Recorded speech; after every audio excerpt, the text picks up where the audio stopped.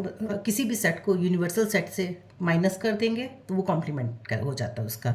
जैसे डेफिनेशन बताने से पहले मैं आपको एक एग्जांपल देती हूँ, फिर उसके बाद आप ज़्यादा अच्छे से समझ पाएंगे। एक एग्जांपल है जिसमें यूनिवर्सल सेट एक दे रखा है, जिसकी वैल्यू, जिसमें एलिमेंट्स हैं 1 2 3 4 एंड 5, ये एलिमेंट्स हैं। एक सेट ए है जिसमें एलिमेंट्स हैं 2 एंड 3। तो आपको ए कॉम्प्लीमेंट बताना है, तो उसकी वैल्यू क्या हो जाएगी, 2 और 3 को इसमें से हटा दीजिए तो कितना बचा, रिमेनिंग जो भी बचा वो आपका कॉम्प्लीमेंट हो गया। यूनिवर्सल सेट में से ए को माइनस कर देंगे तो रिमेनिंग जो भी बचा वो आपका उसका कॉम्प्लीमेंट हो जाएगा। एक अगर आपको मैं बी भी मान लूँ, बी एक सेट है जिसकी वैल्यू 5 एंड 1 है, तो बी कॉम्प्लीमेंट क्या हो जाएगा, 5 और 1 को इसमें से हटा दिया यूनिवर्सल सेट में से, तो रिमेनिंग क्या बचा, 2 3 एंड 4, ये इसका बी कॉम्प्लीमेंट हो जाएगा। ओके।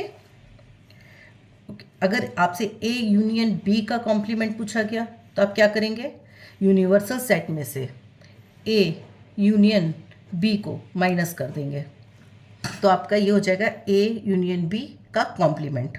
अब ए यूनियन बी क्या हो जाएगा, ए यूनियन बी क्या होगा, 1 2 3 and 5। A union B dash क्या हो जाएगा, यूनिवर्सल सेट में से इसको हटा दीजिए तो क्या बचा आपका, ओनली 4। ओके। अगर आपसे कुछ इसके प्रॉपर्टीज़ हैं, आप इसको भी ध्यान में रखिए। अगर किसी भी सेट का कॉम्प्लीमेंट का भी कॉम्प्लीमेंट किया जाएगा तो वो सेट मिल जाएगा। जैसे ए कॉम्प्लीमेंट का कॉम्प्लीमेंट करेंगे तो ए मिलेगा। अगर 5 का कॉम्प्लीमेंट करेंगे तो हमें क्या मिल जाएगा, यूनिवर्सल सेट।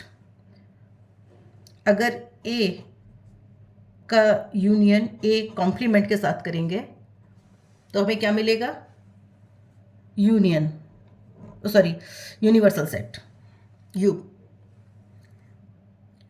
अगर ए का इंटरसेक्शन ए कॉम्प्लीमेंट के साथ करेंगे तो हमें क्या मिलेगा, कुछ भी नहीं, नल। ओके। मैंने एक चीज़ और मैं आपको बता दूं कि ए कॉम्प्लीमेंट को हम ऐसे भी लिखते हैं या फिर ए बार करके भी रिप्रेजेंट करते हैं। ठीक है, ये इसका रिप्रेजेंटेशन का तरीका है। Okay. Disjoint set, disjoint set वो सेट्स होते हैं जो आपस में कभी नहीं मिलते हैं, जिनका मिलन कभी भी नहीं होता है, वो डिसजॉइंट सेट्स होते हैं। जैसे एक एग्जाम्पल मैंने लिया, लेट ए एक सेट है जिसमें एलिमेंट्स हैं अल्फ़ा बीटा एंड गामा। एक सेट बी लिया जिसके एलिमेंट्स हैं 1 2 एंड 3। ओके। अगर ए इंटरसेक्शन बी बोला जाएगा तो इसकी वैल्यू क्या आएगी, कुछ भी नहीं आएगी, 0 आएगी, कुछ भी कॉमन नहीं है, इसका मतलब 5। ये होते हैं हमारे डिसजॉइंट सेट।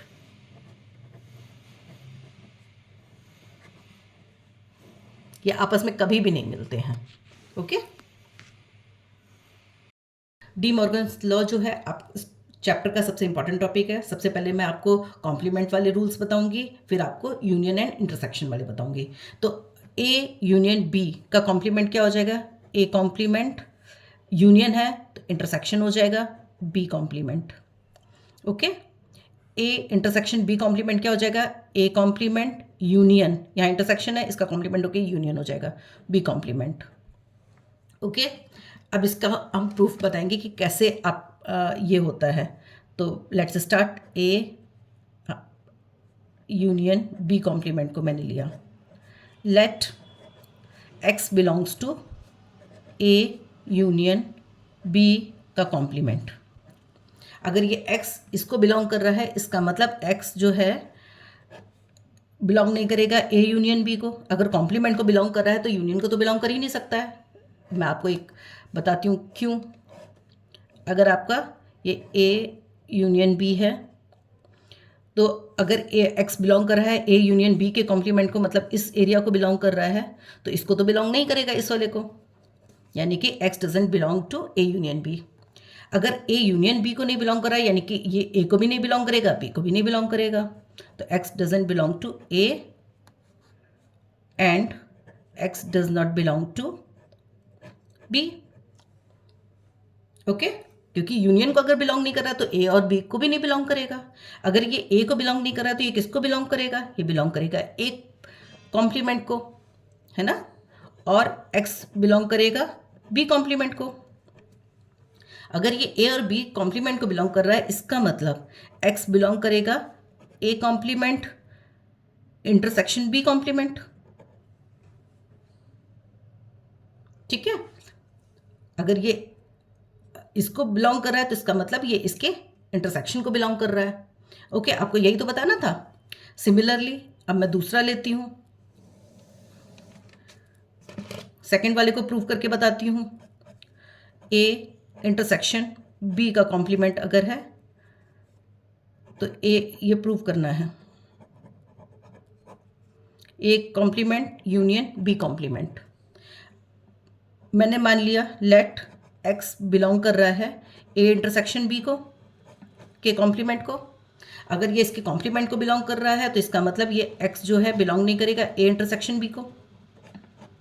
अगर ये ए इंटरसेक्शन को भी नहीं कर रहा है तो इसका मतलब एक्स बिलोंग नहीं करेगा ए और X does not belong to B. Okay, अगर ये इसको बिलोंग नहीं कर रहा है, इसका मतलब एक्स कहीं ना कहीं इसके कॉम्प्लीमेंट को बिलोंग कर रहा है, बी कॉम्प्लीमेंट।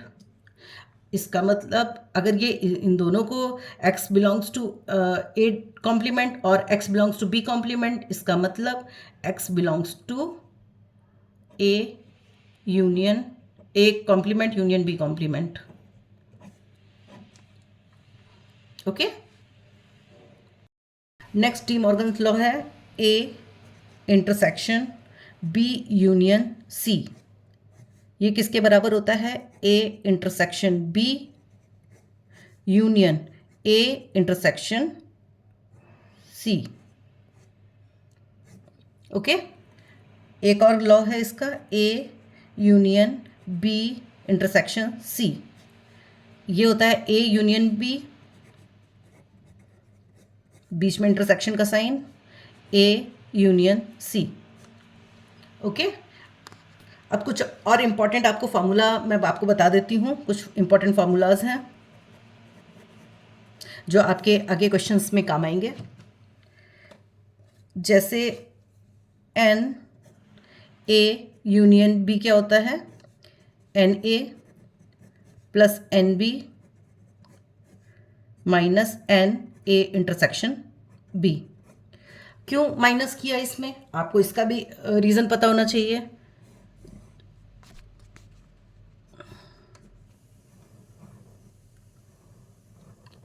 इसमें ये वाला पोर्शन दो बार काउंट हुआ, एक बार इसके साथ काउंट हुआ, एक बार इसके साथ काउंट हुआ, तो एक बार इसको माइनस करेंगे, एक बार इसको, इसलिए माइनस किया जाता है। ठीक है,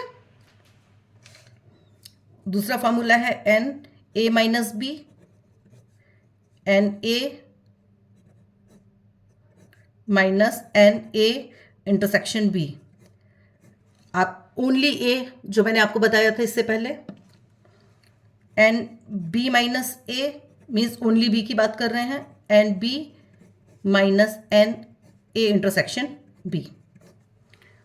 ओके, आई होप आपको ये फार्मूले याद हो गए होंगे, और ये बहुत इंपॉर्टेंट फार्मूलेज हैं, ये आपके क्वेश्चंस में इसका यूज होगा। ओके ओके, एक एग्जाम्पल लेते हैं। If n A and B are two sets where n A बराबर 17 एन बी बराबर 23 and n A union B is 38।